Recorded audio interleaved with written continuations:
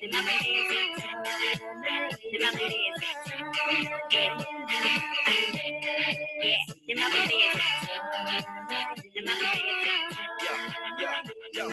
the Monday 16, Yamai Inotika, Sukia Mudara 3 pieces in the Mawara. Muramuro was 2,000, Wakanins 190 altogether equals 24,000. Because in Natazara, yo, Hajina Upana, I need a cell from Upana. Akomana, okay, let's make it number 10, black soup, and the 3210. Yo, stop that, DJ. Yo, stop that. Hello, folks. Welcome. It is me, Dr. Shangima Vima, as always, and I'm back with another video here in our Pan-African lecture series. So in case you're wondering what that song was, I'll put the link in the comments. That's a song named Tauya Naye by David Tifunyise, pioneering Zimbabwean rapper, of this urban groove sort of movement that kicked off in the late 90s, early 2000s. And in addition to just being one of my favorite rap verses really across the board of all time, I thought it was relevant to start with that for a couple of reasons. First of all, me and the boys were playing it this weekend and reminiscing, but also because it speaks to a couple of the things we're talking about today. And we're talking about African languages, so it really could have been any song in an African language. It just happened to be the one that I speak, which is Shona. But also you hear in that a lot of English, which is which we'll talk about as well as a group of languages, as well as the sort of mixing of it, right, which we call Shonglish, and I'll talk about all that. So yeah, shout out to David Jafunyise. What are we talking about today? I've already hinted at it. We are talking today about a very critical topic of the major African languages, or the language families rather. So if I was to ask you off the top, how many languages you think there are in Africa? Right. If you know, you know, but chances are you may never have heard of it. A lot of people think of Africa as a monolith, and if you think it's a monolith, you may think that there are less languages than there actually are. You may think everybody speaks the same language or speaks one. There's more than 1 billion people in Africa. So how many languages do you think? 1, 10, 50, 100? How about 2,000 and then some, right? And such just speaks to the diversity of the continent, really, that somebody from, especially across the major language families we're talking about, a Koisan person is nowhere close to a Yoruba-speaking person or an Arabic-speaking person than they would be to a Cantonese speaking person, or a Finnish-speaking person, or a Russian-speaking person, right? So we'll talk about some of that diversity today, and and also importantly, because we are now going back to some of the more fundamental ways in which we can talk about African history. And again, this is all part of the Intro to African History series. I do other videos as well that are more nuanced, but this one is specifically as an intro video, and it's actually foundational. I really should have started the channel with such a video, because it really shapes a lot of even other conversations I've had in the past on this channel would have been helped by an understanding of these dynamics. But in any case, here we are now. And without further ado, I'm gonna go ahead and start sharing my screen, and hopefully we have a good time talking about this. Okay. Hold on.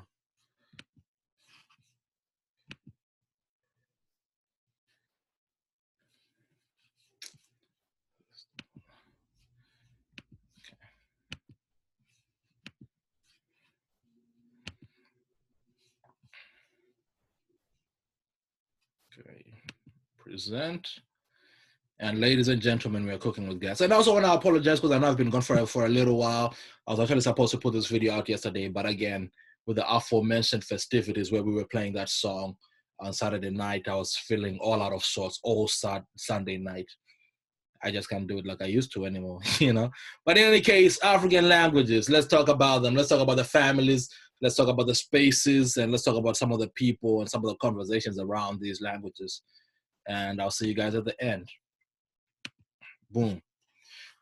So when we look at this idea of African languages, the families thereof, there are really four main languages, four main language families, right?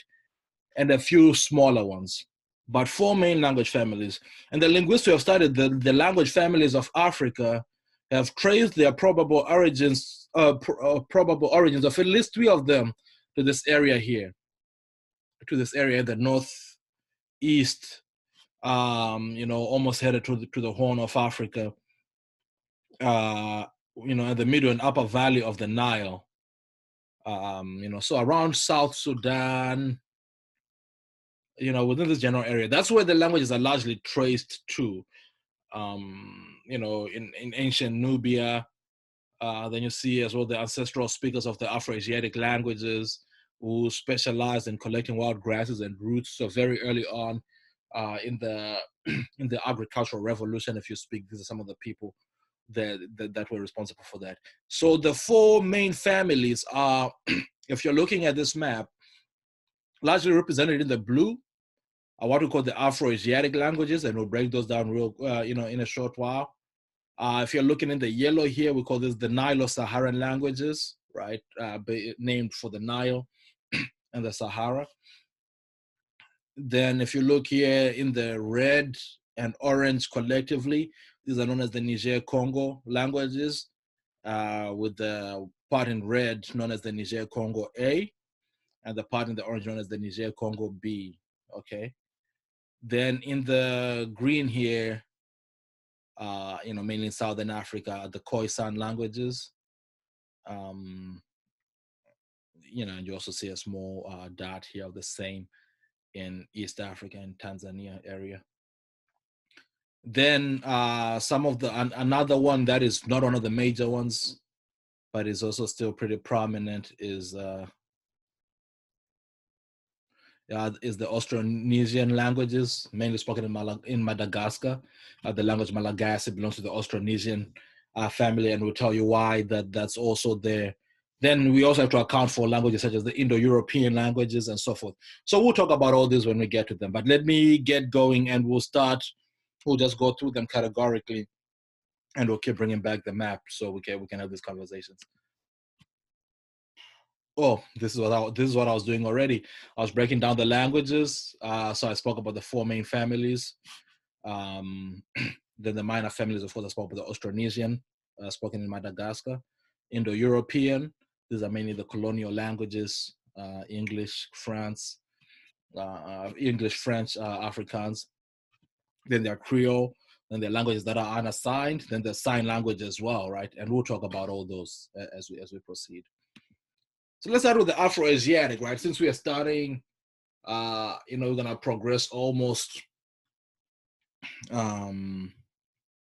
geographically from North to Southern Africa.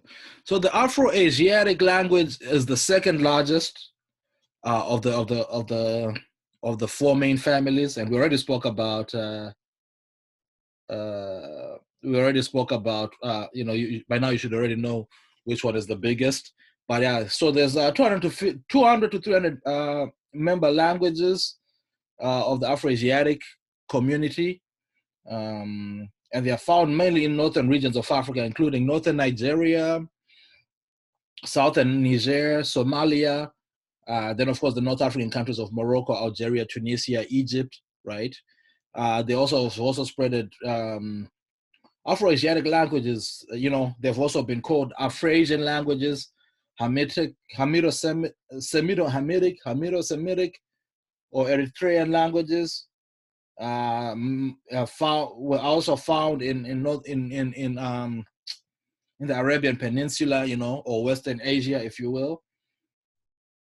And the numbers of speakers per language range from about 150 million in some of the bigger ones, such as Arabic, to only a few thousands in languages like the Cushitic and Chadic languages. So some of the prominent languages here represented by Afro-Asiatic, the Afro-Asiatic language include Arabic, right, which is again lingua franca in places like Tunisia, Sudan, Algeria, Egypt, Libya.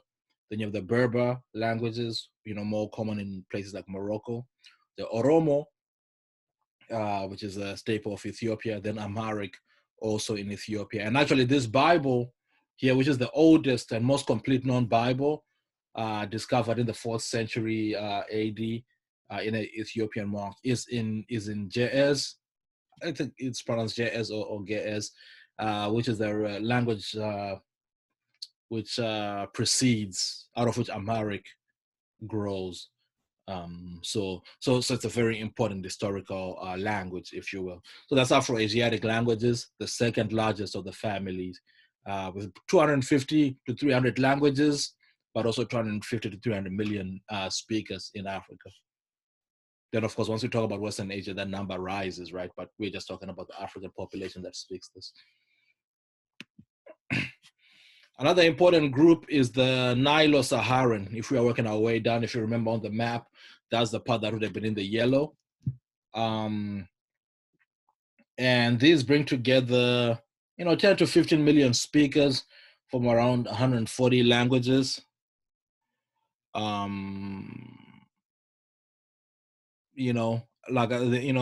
are said to have their origins around the Nubian mountains, and these are the ancestors of the Nilo-Saharan speakers, and they specialize in hunting the large antelope that graze these favorable grasslands, and using mainly throwing spears. Then eventually they spread from there, from that point of origin we spoke about earlier, across the grassland towards Lake Chad and the Niger Bend. So they made it out as far as, say, the Songhai Empire, which is way west compared to where they had started, right? But they're mainly centered around Lake Victoria. The family covers major areas east and north of Lake Victoria in East Africa, and extends all the way to West Africa, as we just spoke about.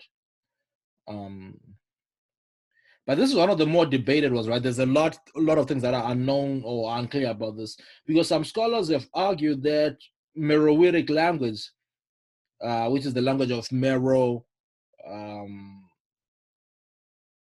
in Ethiopia, right? One of the first important offshoots in the AD era from ancient Egypt, also belongs to the Nilo-Saharan family. But again, there's a lot of debates surrounding that. But in any case, so this is the language here. Is a language of it's a language family that includes the Dinka of Sudan, right? The Dinka of South Sudan, really, South Sudan. The Luo people of Kenya and Tanzania. The Songhai people, which was a mighty empire 600 years ago, 500 years ago, in West Africa. But still has a few native speakers today, the language Songhai. Then Kanuri, which is mainly spoken in northern Nigeria as well. So this is a little bit about the Nilo-Saharan languages, which is the second major language family we are talking about today. Okay. Now to the big one, the Niger Congo families, right? So this is the largest of the four language families in Africa, with more than 1,500 languages unto itself. It's the third largest in the world, when you include other larger language families as well. So it's like the third largest, and it's got around 700 million native speakers. That's how big it is. And they're almost split evenly, because there's Niger Congo A, which is the West African languages such as Yoruba, Igbo, Fula. Those make up for around 300 to 350 million people. Then B, Niger Congo B, also known as the Bantu languages, which gets into Central and Southern Africa, out of which my own language belongs. Is also make up another 300 to 350 million people. The number of languages spoken and the extent make it by far the largest language family. And the areas in which these languages are spoken stretches from Dakar, Senegal, all the way to Mombasa in Kenya, all the way to Cape Town. If we exclude Northern Africa, 85% of the population speaking Niger Congo language, if we exclude North Africa, the Afro-Asiatic countries we spoke about. So it's pretty impressive. Some of the most widely spoken languages include Swahili, which is spoken by at least 100 million people on the continent. I think I've spoken about this in our video about the Swahili coast, in which various people are advocating for making it a virtual lingua franca, a Pan-African language across the continent. So countries that don't even have Swahili speakers, native Swahili speakers, such as South Africa and Zimbabwe, are entertaining the thought of having Swahili in their schools, right, as a way of sort of unifying Africa. So that's a popular one. Other ones are Hausa, 38 million people, Yoruba at 20 million people, right? And so forth. Then of course you have Zulu in Southern Africa, Shona again, which is the language, the collective of languages really to which I belong to. There's a lot of conversations around the propriety of that name, Shona. But for the purposes of introduction to this history and for disambiguation, we'll just call it Shona for now. Then Chichewa, which is a common language in Malawi, is also part of that family. So again, this list could go on forever, right? We could be talking about Chinyanja, we could talk about Kinyarwanda and so forth. But yeah, it's the most popular language family on the continent, indeed. Now, so those three we just spoke about when we said earlier that the linguists who have studied language families in Africa trace the probable origins of at least 3 of the 4 to the general region of Northeastern Africa. Those are the 3 we've spoken about. Those are the ones that make it to that. But the Koisan is the exception to that rule, right? Is the 4th one, which is outside of that expectation. And it's a very fascinating one. This one only has like 40 to 70 member languages in it. It is believed to be the oldest of the 4, but it is also the smallest of the 4 and found mainly in Southern Africa, with the exception of the Hadza and Sandawe people we spoke about in East Africa and modern day Tanzania. And the Koisan, some of you may have heard this. It's an old-timey name. You know, with all the colonial and racialized improprieties, right, of it, which are akin to saying like Red Indians and so forth. But this community is what has previously been known as the Bushmen, and Koisan is actually a portmanteau of Koi, which is just to say people. Then San, which is to say bush dwellers, you know. So that's where that term comes from. But they're also a very rich culture, never really settled into sedentary farming. So originally hunters and gatherers that also became pastoralists and very good at it. A very interesting community, really. You know, and their most distinctive linguistic characteristic is the original and extensive use of click consonants, a feature which has spread through cultural and linguistic contact into a number of Bantu languages, Niger Congo language, such as Xhosa. So the Xhosa people have a lot of clicks in their languages as well, and a lot of it is because of the Bantu intermarriage and Bantu intermixing with the Koisan peoples. Bantu after the Bantu migrations to Southern Africa, where the Koisan people are the indigenous people thereof. And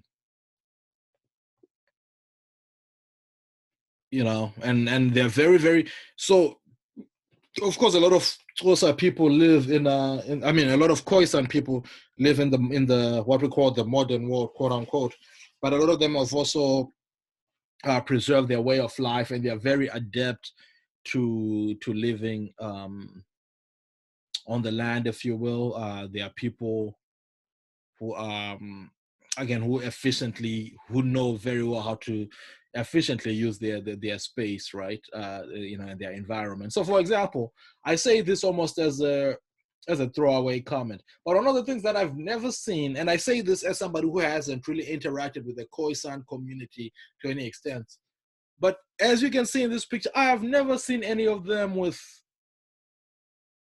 quote unquote bad teeth, and maybe that's just genetic as well, but part of it is also knowing very well what you can use of the land, of your space, of that is good for your hygiene and health and these sort of things. So it's a very brilliant community, and one that I'd be willing to talk about further if you guys are interested. But right now we're just talking about the language families, right? So the smallest of the four major languages, but it's also one of the most interesting and very different, if you will. So when we talk about the minor languages, I put minor in parentheses because the minor is not a value judgment, and it's in some cases it's not even about numbers, right? It's because they are just not major as far as originating from the continent and spreading. Some of them originate from somewhere else, and some of them are in the process of formation right now. So the first one I'll talk about is Austronesian language. What is the Austronesian? So the prominent Austronesian language, so several languages spoken in Africa belong to language families concentrated or originating outside of other African continents. So Malagasy, the language of Madagascar, is an Austronesian language. So Madagascar being an African country, but however, it belongs to this family of languages where there are more than 1,200 languages spoken in places like the Philippines, the Mariana Islands, Indonesia, Malaysia, smaller communities in places like Cambodia and Vietnam, East Timor, New Zealand, Hawaii, Kiribati, Tuvalu, right? So it's a very big family of languages. The reason why it's on the minor list is because most of it is not most of those countries are not African. But as Indonesian settlers, seafaring settlers migrated and settled in Madagascar back then, or arriving there at the same time as many of the Bantu people who were migrating from inland and sort of blended into this Madagascan community or Malagasy community, they created a distinct language, but which is also part of the Austronesian family. Okay, so that's a little bit about Austronesian families. Since the colonial era, Indo-European languages such as Afrikaans. So these are folks from Madagascar. Yeah. So Afrikaans, English, French, Portuguese, to a lesser extent, Germany, and that's due to 20th century dynamics. A little bit of Spanish. We're talking about Equatorial Guinea.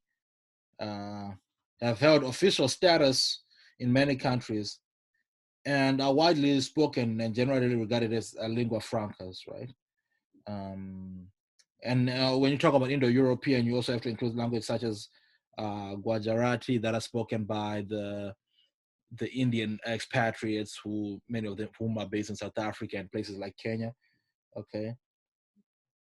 So these are the main Indo-European languages that exist in Africa. Again, when you look at pure numbers, they will probably rival the Niger Congo languages. That's because every country that was colonized there's a lot of people who speak that language. In some places, you'll find that people speak the colonial language way better than they do any of their native languages or indigenous languages. Such are the dynamics. So if you look at it, really, the numbers really could rival that. On pure numbers alone, in fact, the Indo-European languages could be first on the list in terms of people speaking some version of it. But yeah, regarded as a minor language. Another group of languages that is pretty interesting is Creole, one of which is represented in this headline. They're talking about the Jollof competitions in the BBC, and this is Pidgin, Pidgin. Niger last for Jollof competition as Ghana wins. So it's clearly English, right? But the syntax is a little different. So it's a Creole language. So due partly to its multilingualism and of course the colonial past, much of there's a lot of Creole languages that can be found in Africa. So to be Creolized, if you don't know, is this idea of one language being so heavily influenced by another that it becomes somewhat recognizable to original speakers of either, but they've blended so much that they are their own thing. And which in many ways to me sounds like the process of how language evolves, but for a while it is within this space where it is regarded as a Creole because it has equal parts this and that. That may be disparity. So some of these are European-based Creoles, such as the Pidgin that I'm spoken about here. Then there's also a Pidgin in Cameroon. There's Creole, spelled Krio, in Sierra Leone, right? Then Cape Verdean Creole, Guinea-Bissau Creole. These are Portuguese Creole. The first ones I mentioned were English-based Creoles. These are Portuguese-based Creoles. Then there's even some French Creoles, such as the Seychellois Creole and Mauritian Creole, right? Then some are Arabic-based, such as Juba Arabic, and some are even based on local languages, such as the Sango in Central African Republic. And so those are the ones that have been recognized as Creole. But like I said, language is constantly in flux, right? To such a point whereby Swahili at some point could have been described as being a Creole of the Bantu languages, of the Niger Congo B languages of East Africa and Arabic, right? But it's been like that for 1,000 years now, and it's sort of developed its own character. Afrikaans, really, I could argue that in many ways it is some sort of Creole, So those are some of the ones that have sort of established a character that then they are no longer considered Creole. Then at the same time, in the beginning I was talking about Shonglish, which is the blending of Shona and English that we do in Zimbabwe. But I know a lot of people do that with their own languages as well. But that just hasn't risen to the recognition of being a Creole, even though a lot of people speak it on the go. It's not the language of publication, it's not the language of instruction. It's not a formalized language like that. So indeed, so that's some of the Creoles. There are a lot of language. There's many African countries also have their national sign languages for the deaf community. These include Algerian Sign Language, Tunisian Sign Language, Ethiopian Sign Language, and have different variations of it in countries like Ghana and Tanzania.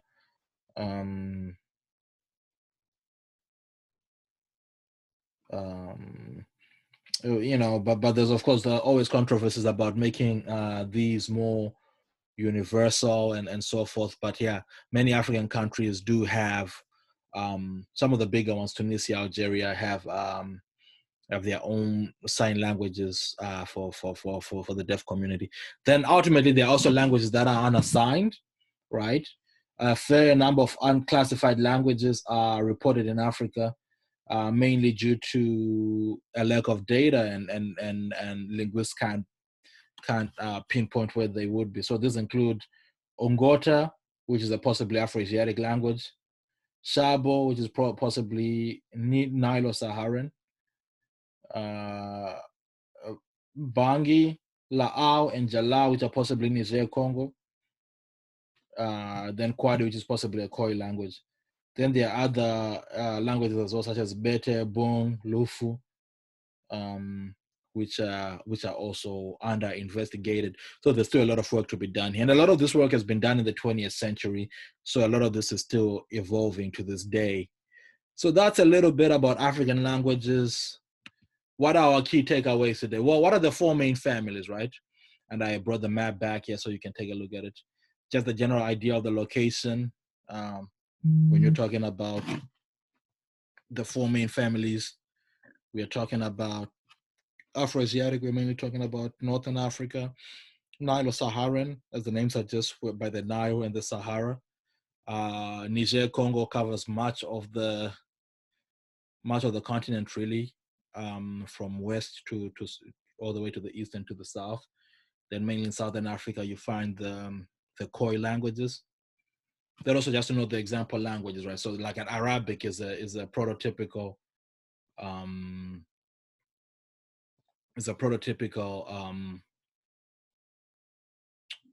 Afro-Asiatic language.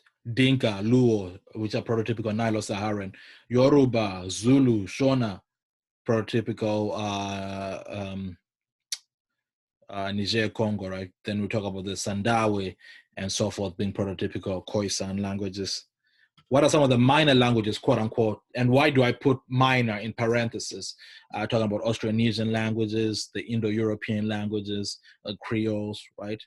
What are some of the general debates surrounding or uncertainties surrounding this classification system? It is a very young classification system. So many of the languages still unclassified to this day, under investigated. Some are misclassified. So for example, I didn't mention this, but on some lists, I found Amharic listed among Niger Congo languages. But according to this map here and many other things, it is an Afro-Asiatic language. And it's not the only one that I saw that had that sort of dichotomy debate surrounding Songhai as well, which in some ways resembles some of the Niger Congo languages, but is also its own thing.